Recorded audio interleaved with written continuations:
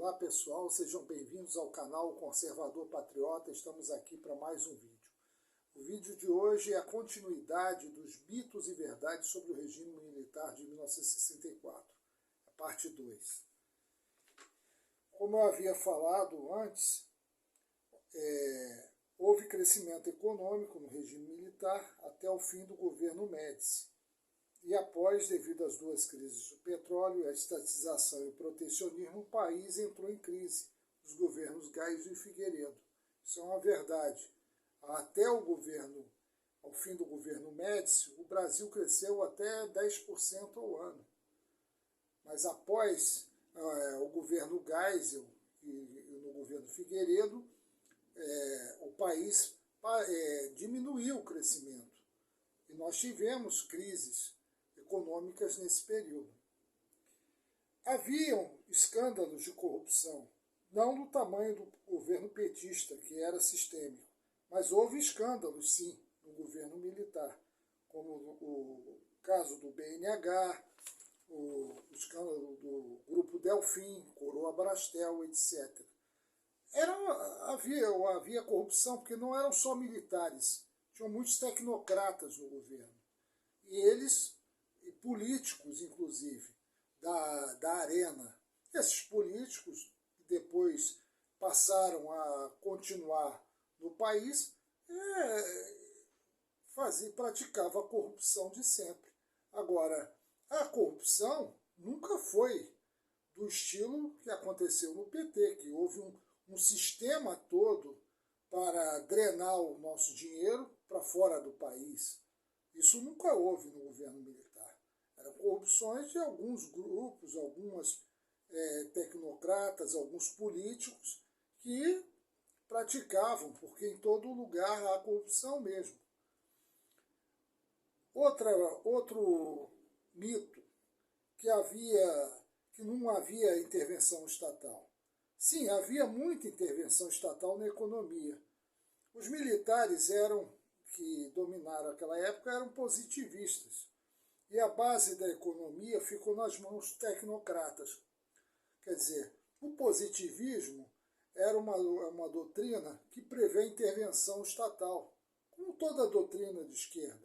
Então, era muito intervencionista o governo militar.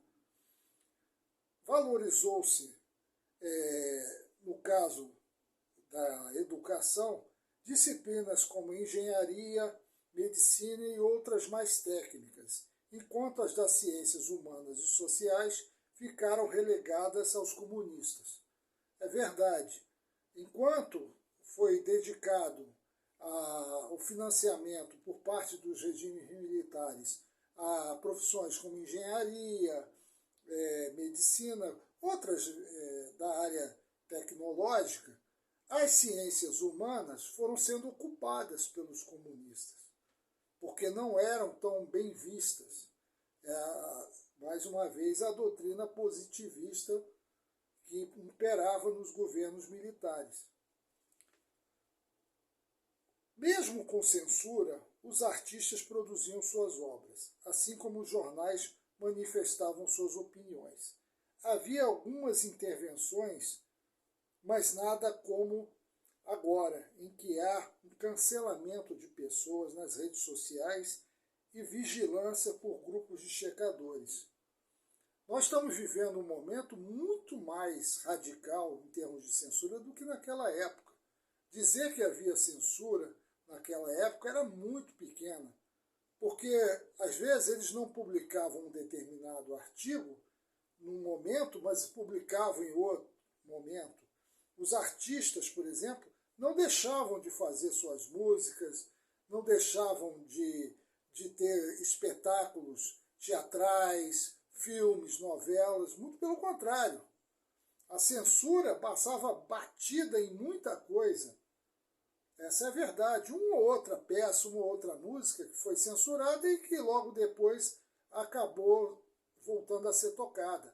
Mas não tinha a brutalidade que tem hoje, que é você censurar uma pessoa numa rede social.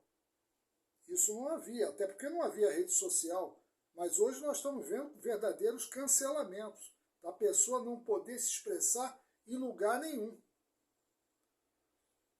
Agora, havia no regime militar a patrulha ideológica própria dos artistas comunistas. Os artistas, principalmente os artistas intelectuais e jornalistas, eles eram patrulhados pelos próprios comunistas. Isso eu falei em um vídeo no meu canal, a patrulha ideológica. A patrulha ideológica era muito mais brutal do que a própria censura do regime militar. Porque se você não fosse de esquerda, se fosse de direita, você simplesmente era alijado das redações de jornais, você não conseguia trabalho. Um caso clássico foi o caso do Simonal. O Simonal, um cantor, ele foi dizer que era amigo de um pessoal do DOPS, simplesmente ficou relegado ao ostracismo por essa esquerda, porque eles tinham um poder perante as casas de show, aos teatros, e eles não tocariam se aquela pessoa estivesse presente, tivesse tido alguma oportunidade ali. Então eles cerceavam o direito da pessoa que não fosse de esquerda de se expressar. Essa patrulha havia e muito no regime militar. Os guerrilheiros comunistas jamais lutaram contra o regime militar pela democracia, mas para implantar uma ditadura comunista totalitária, ou cubana ou maoísta. Eles matavam combatentes e seus próprios companheiros. Isso é uma verdade. Os comunistas naquela época, que foram para a luta armada, eles nunca quiseram implantar a democracia no Brasil. Eles não lutaram pela democracia. Isso é uma grande mentira que é repetida até hoje. E só idiota acredita nisso. Eles lutaram para implantar um regime totalitário comunista no Brasil. Tanto faz no modo de Cuba como no modo da China. Que o PCdoB naquela época era clandestino e ele era ligado à China. E outra, eles cometeram crimes, sim. Não foram só os crimes de assalto, de sequestro, não. Eles mataram pessoas, tanto combatentes contra eles, quanto os seus próprios companheiros, os chamados justiçamentos, que eles procuram ocultar. O número de mortos no regime militar foi mais ou menos cerca de 400 pessoas. Não chega nem perto dos 170 mil mortos em Cuba, nos 20 milhões de soviéticos na época do Stalin e dos 70 milhões de chineses na época do Mao Tse Tung. Quer dizer, eles falam que o regime militar matou milhares de pessoas, foi um regime genocida, assassino. Isso é uma mentira. Eles foram os mais atingidos, claro, porque eles combateram o regime militar. Mas se for contabilizar, porque era um regime autoritário, não chegava nem perto do que um regime de esquerda costuma fazer. Até hoje são contabilizados cerca de 170 mil mortes em Cuba. É o regime mais assassino e genocida de toda a América Latina. Mas isso eles não falam, eles ocultam. Portanto, eu termino o meu vídeo.